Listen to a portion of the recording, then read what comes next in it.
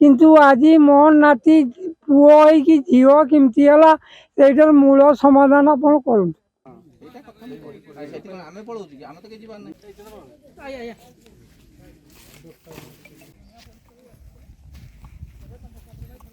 ସିଏ ପୁଅ କିନ୍ତୁ ପ୍ରକୃତ ଝିଅ ହେଲା କିନ୍ତୁ ଘରୁ ସିଏ ବାହାରିଛି। ମୂଳ ଆପଣ ଯଦି ବାହାର କରିପାରିବେ ତେବେ ମୋର ଶାନ୍ତି। ଡେଥ୍ ହେଇଗଲେ ସେ କିଏ ହେବେ ଆପଣ? ବାପା କଣ କେମିତି ଲାଗୁଛି ଆପଣ କଣ ସନ୍ଦେହ ହଉଛି? ମର୍ଡର ବୋଲି ମର୍ଡର ମୋର ଘଟଣା ନେଇକି ଦୀର୍ଘ 1.5 ବର୍ଷ ହେଲା ଆମର ଗୋଟେ ଝିଆରୀ ତାଙ୍କ ଘରେ ବାହା ଦେଇଛି ହେଲା।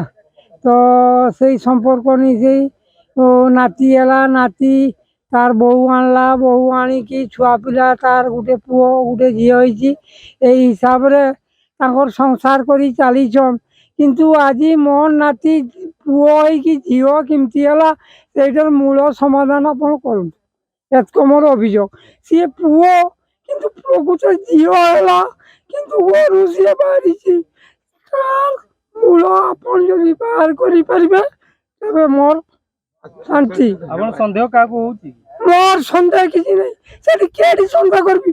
ସେଠି 5ଟା ଲୋକ, ସେ 5ଟା ଲୋକ ପୁଲିସରେ କିଏ ବାହାର କରିବ ହେଲା। ମୁଁ ଜୋର ଯାଇ କହୁଛୁ ତୁମର ପରିବାର, ତୁମେ ବି ପରିବାର କରିଛ, ମୋର ବି ପରିବାର ଅଛି। ସେଇ ଭିତରେ ପରିବାର ଭିତରେ ଅଶାନ୍ତି କେମିତି ହବ? ସେ ପୁଅ ହେଇକି ଆଜି ଝିଅ ହେଇକି କେମିତି ଟଙ୍କା ହେଇଛି? ମହାପ୍ରଭୁ